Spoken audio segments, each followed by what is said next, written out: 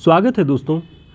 आज की इस अपनी क्लास में हम टीजीटी, पीजीटी, एसटीईटी और तमाम स्टेट की जितनी भी टीजीटी, पीजीटी की परीक्षाएं हैं यूजीसी नेट के लिए, इन सब में यात्रा, साहित्य और संस्मरण से जुड़े हुए महत्वपूर्ण रचनाओं के बारे में हम देखेंगे। कौन कौन सी रचनाएं महत्वपूर्ण हैं, तो इन रचनाओं को आप ध्यान से देख लीजिएगा। इस वीडियो में हम 15 महत्वपूर्ण लेखकों के यात्रा साहित्य और अगले हिस्से में इसी वीडियो में 15 महत्वपूर्ण लेखकों के संस्मरण और रेखाचित्र के बारे में पढ़ेंगे। तो देखते हैं सबसे पहले हम यात्रा साहित्य में भारतेंदु हरिश्चंद्र से शुरुआत करते हैं। भारतेंदु हरिश्चंद्र की जो यात्रा वृत्तांत की रचनाएं हैं वो है सरयू पार की यात्रा, मेहंदावल की यात्रा और लखनऊ की यात्रा। ये 3 यात्रा वृत्तांत भारतेंदु हरिश्चंद्र के आप ध्यान रखेंगे तो आपके लिए काफ़ी उपयोगी होगा। सरयू पार की यात्रा, मेहंदावल की यात्रा, लखनऊ की यात्रा।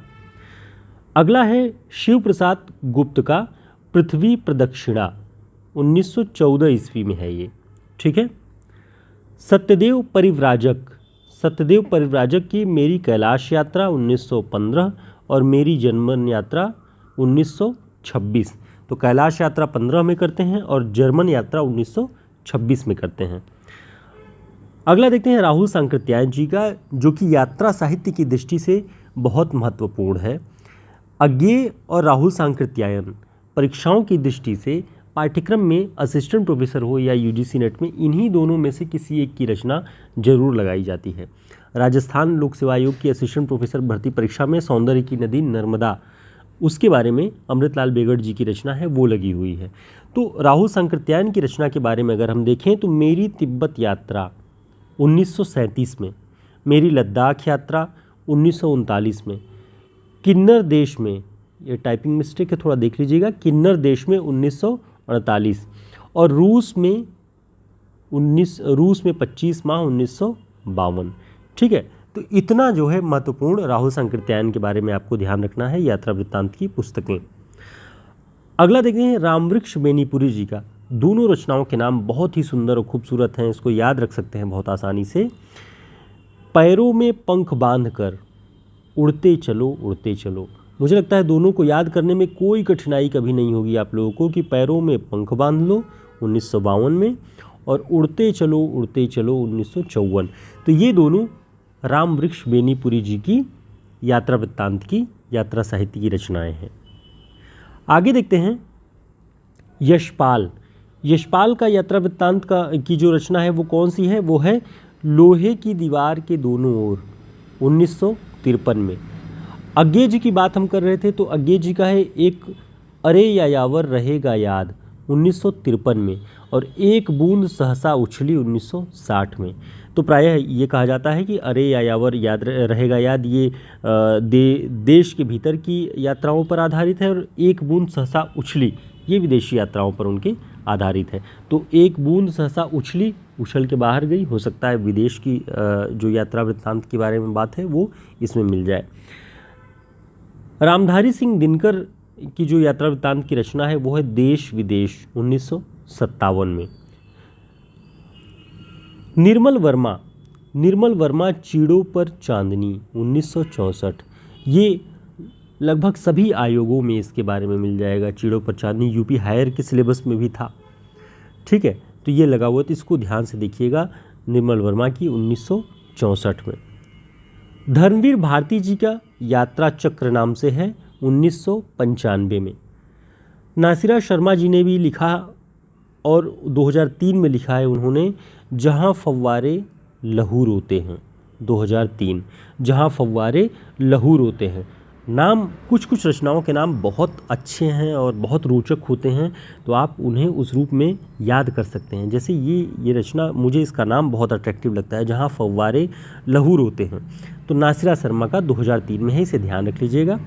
कमलेश्वर का है आंखों देखा पाकिस्तान, 2006 में, ठीक है। कितने पाकिस्तान, आंखों देखा पाकिस्तान, ये सब कमलेश्वर जी ने ही ज़्यादातर लिखा हुआ है, तो इसे ध्यान रखिएगा। आंखों देखा पाकिस्तान, 2006। एक रचनाकार हुए ललित सुरजन जी, ये छत्तीसगढ़ के थे, मूलतः रायपुर के, और देशबंधु इनकी पत्रिका थी, समाचार पत्र एक है कोई, वहाँ ये चलाते थे। इन्होंने लिखा हुआ है जो यात्रा वृत्तांत, नील नदी की सावित्री 2011 में इनकी, और इनकी मृत्यु हो चुकी है अभी हाल ही में, मुझे लगता है 2020 में या 21 में इनकी मृत्यु कोविड वाले टाइम पे हुई थी। तो ललित सुरजन जी का नाम याद रखेंगे। इनके यात्रा वृत्तांत की पुस्तक है नील नदी की सावित्री 2011। अनिल यादव एक बड़े कथाकार के रूप में, चर्चित कथाकार के रूप में पिछले 3-4 सालों में उभरे हैं, और इनका एक यात्रा वृत्तांत की ये जो पुस्तक है, वह भी कोई देश है महाराज, वह भी कोई देश है महाराज 2012 में, और ये बहुत चर्चित हुई इन दिनों में, काफ़ी चर्चाएं रही इसकी, तो इसे आप ध्यान रखिएगा। अनिल यादव की है। एकांत श्रीवास्तव महत्वपूर्ण कवि हैं, अंतिम दशक से यानी 1991 से कविता के क्षेत्र में सक्रिय महत्वपूर्ण कवि हैं। लोक और देशज और परिवार, ग्रामीण समाज, इन सब पे इनकी कविताएं हैं। इन्होंने भी यात्रा वृत्तांत में जो पुस्तक लिखी, चल हंस वा देश 2013 में। ठीक है, तो ये इतनी 15 रचनाकारों की यात्रा वृत्तांत की रचनाओं को हमने यहाँ पर देखा, और ये सारी जो रचनाएं हैं वो हमारे हिंदी साहित्य के शॉर्ट नोट्स में इसी तरीके से हमने कलेक्ट किए हुए हैं, जो महत्वपूर्ण हैं शॉर्ट नोट्स, ताकि आप परीक्षाओं में आसानी से, परीक्षाओं के दौरान इसे रिवीजन कर सकें। हिंदी साहित्य का इतिहास, काव्यशास्त्र, भाषा विज्ञान, 40 बड़े रचनाकारों पर वन लाइनर फैक्ट्स और वस्तुनिष्ठ प्रश्नों का संग्रह है। कुल 185 पृष्ठ का ये नोट्स है। शॉर्ट में आप तेज़ी से बहुत सारी चीज़ें, महत्वपूर्ण चीज़ें जो अब तक हमने पढ़ाई हुई हैं, वो सब इस नोट्स में पाएंगे और इसे रिवाइज कर सकते हैं। हमारे व्हाट्सएप नंबर पे संपर्क करके आप इसे ले सकते हैं। साथ ही टीजीटी पीजीटी की परीक्षाओं की दृष्टि से हमने 1000 प्रश्नों का टेस्ट सीरीज़, बहुत महत्वपूर्ण प्रश्नों को सेलेक्ट करके बनाया हुआ है। आप चाहें तो पीडीएफ फॉर्म में या फिर प्रिंट में भी इसे ऑर्डर कर सकते हैं, आप तक पहुंच जाएगा। और ये नोट्स हमने बहुत मन से सारे तैयार किए हुए हैं, तो आपके लिए उपयोगी होगा। देखते हैं इस वीडियो का अगला हिस्सा, संस्मरण और रेखाचित्र की रचनाएं। 15 महत्वपूर्ण रचनाकारों की संस्मरण और रेखाचित्र की रचनाएं हम देखेंगे। आपने कई बार पढ़ा होगा, लेकिन इसे रिवाइज कर लें। रिवाइज करने के लिए हमने इसे एक वीडियो क्लास के रूप में हमेशा हमने कोशिश की है कि महत्वपूर्ण रचनाओं को आपको बताते चलें। तो देखते हैं, पद्म सिंह शर्मा, संस्मरण विधा के बारे में रामचंद्र तिवारी जी ने लिखा है कि इनकी पद्म पराग नामक रचना से ही संस्मरण विधा की रचनाओं की यात्रा शुरू होती है। तो पद्म पराग पद्म सिंह शर्मा की है, ध्यान रखिएगा। श्री राम शर्मा की बोलती प्रतिमा 1937 में। बनारसी दास चतुर्वेदी की रचना है संस्मरण विधा की, हमारे आराध्य 1952। अच्छा, हमने आपको पिछले वीडियोस में भी बताया कि संस्मरण और रेखा चित्र में एक बारीक अंतर होता है। जहां संस्मरण में आप किसी रचनाकार के बारे में या किसी व्यक्ति को याद करते हुए उसकी स्मृतियों में अपनी भावुकता को भी बहुत स्थान दे सकते हैं, संस्मरण में ये संभावना होती है। लेकिन रेखा चित्र में कहीं भी अतिरिक्त वर्णन की संभावना नहीं होती। भावुकता, अति भावुकता आप किसी के बारे में, रेखा चित्र का मतलब स्केचिंग हमने बताया, स्केच हूबहू बनाया जाता है। स्केच में किसी पतले आदमी को मोटा बना देना, वो आपकी कल्पना, आपकी विचार, आपकी कलात्मकता हो सकती है, लेकिन एक्चुअल में वो आदमी पतला था तो पतले में ही उसका महत्व है, पतले में ही उसका रूप है, पतले में ही उसका परिचय है। तो स्केच हूबहू वर्णन करता है, और संस्मरण में आप अपनी भावनाओं को अतिरिक्त स्थान दे सकते हैं। तो इसका अर्थ ये हुआ कि संस्मरण में तटस्थता की अनिवार्यता नहीं होती कि तटस्थ होकर के कोई लेखक संस्मरण लिखे, लेकिन रेखा चित्र में तटस्थता की बहुत आवश्यकता होती है। तटस्थ होकर निर्लिप्त भाव से आप उसके बारे में लिखें जैसा वो था। ठीक है, तो ये अंतर देखते रहिएगा। राम वृक्ष बेनीपुरी जी का माटी की मूर्तें, हरियाणा लोक सेवा आयोग और यूजीसी नेट में ये लगी हुई रचना है। 1946 में ये रचना प्रकाशित हुई। महादेवी वर्मा जी की कई सारी रचनाएं हैं और संस्मरण की, और ये सभी महत्वपूर्ण हैं। जैसे अतीत के चलचित्र 1941, स्मृति की रेखाएं 1947, पथ के साथी 1956 और मेरा परिवार 1972। तो ये रचनाएं संस्मरण और रेखाचित्र की दृष्टि से महादेवी वर्मा की बहुत महत्वपूर्ण है। मेरा परिवार, जिसमें कई पशु पक्षियों जीव जंतुओं को उन्होंने आश्रय दे करके अपने परिवारजन के रूप में उन्हें अपने साथ रखा। तो इस दृष्टि से ये रचना बहुत महत्वपूर्ण है। मेरा परिवार ये पाठ्यक्रम में भी है, यूजीसी नेट में संभवतः, यूपी हायर के सिलेबस में था और किस परीक्षा में है वो भी आप देख लीजिएगा। माखनलाल चतुर्वेदी जी का जो संस्मरण की रचना है समय के पाँव 1962, ठीक है। प्रकाश चंद्र गुप्त की रचना है संस्मरण साहित्य की मिट्टी के पुतले। प्रकाश चंद्र गुप्त के बारे में हमने बात की कि ये प्रगतिवादी आलोचक हैं, महत्वपूर्ण प्रगतिवादी आलोचक हैं, इनका नाम ध्यान रखिएगा। शिव पूजन सहाय की बात करें तो वे दिन वे लोग 1946 में, वे दिन वे लोग किसकी रचना है? शिव पूजन सहाय संस्मरण और रेखाचित्र विधा की रचना है, ध्यान रखिएगा। सेठ गोविंद दास की रचना है स्मृतिकर्ण 1959। आगे देखेंगे राजेंद्र यादव की जो रचना है उसका क्या नाम है?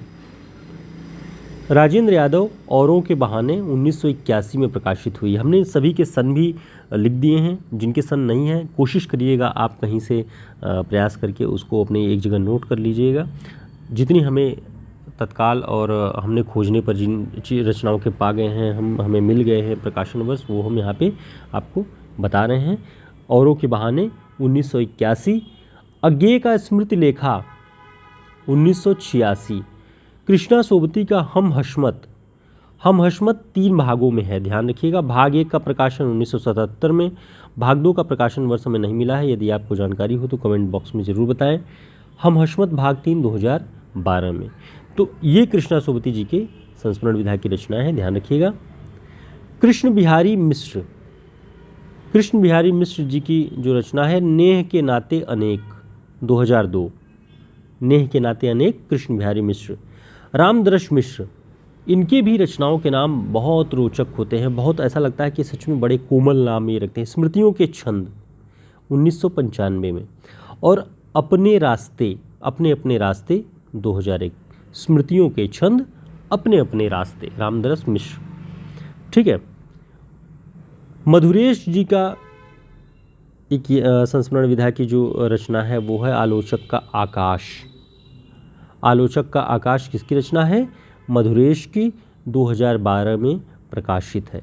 तो इतने रचनाकारों के हमने 15 यात्रा वृत्तांत लेखकों के और 15 संस्मरण और रेखाचित्र लेखकों की रचनाओं के बारे में यहाँ पर हमने देखा और हमने रिवीजन करने का प्रयास किया हुआ है, ताकि एक वीडियो में आप आसानी से 2 विधाओं तक पहुँच सकें और इस क्लास के भीतर जो भी आपने रचनाओं के नाम पढ़े, इसके अलावा जो कुछ आपको महत्वपूर्ण लगता हो उसे भी आप अपने पास चाहे नोट बना करके रखें उसका, और चाहे आप अपनी पुस्तक में भी निशान लगा के ज़रूर रखें कि यहाँ क्लास में हमने ये जो देखा, इसके अलावा ये रचनाएं भी बहुत महत्वपूर्ण हैं।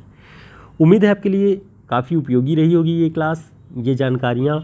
हम प्रयास करते हैं कि आपने जो कुछ भी इतने दिन से आप पढ़ रहे हैं 15-20 मिनट के अंदर हम आपको फिर से वहाँ तक पहुँचा सकें जहाँ से आप रिवीजन करके लौटे हुए हैं या आपने पढ़ा हुआ है, ताकि कम समय में आप एक बार रिकॉल कर सकें सारी चीज़ों को। तो इस तरह के सभी नोट्स आपको हमारे हिंदी साहित्य के शॉर्ट नोट्स में मिल जाएंगे। हिंदी साहित्य का शॉर्ट नोट्स हमने बड़े परिश्रम से आचार्य रामचंद्र शुक्ल, बच्चन सिंह, नगेंद्र, रामचंद्र तिवारी जी के तथ्यों के आधार पर इसको तैयार किया हुआ है। वन लाइनर और ऑब्जेक्टिव टाइप के दोनों तरह के इसमें आपको फैक्ट्स मिलेंगे। तो हमारे व्हाट्सएप नंबर पे संपर्क करके आप इसे ऑर्डर कर सकते हैं। डिस्क्रिप्शन बॉक्स में टेलीग्राम और व्हाट्सएप ग्रुप का लिंक है, आप उसे ज्वाइन कर लें ताकि हम समय पर मिलते रहें, जो भी सूचनाएं हैं आदान प्रदान होती रहें, और जो पुरानी क्लासेस हमारी बहुत महत्वपूर्ण हैं उनके लिंक भी हम बीच बीच में प्रोवाइड करते हैं कि आपको खोजने में आसान होगा। खोज करके ग्रुप में हम आपके लिए उपलब्ध कराएंगे, आपको दौड़ भाग नहीं करनी पड़ेगी, इसलिए ग्रुप में जुड़ने पे थोड़ी सी सुविधा आपको हो जाएगी। फिर मिलेंगे एक नई क्लास में, तब तक के लिए नमस्कार, शुभकामनाएं।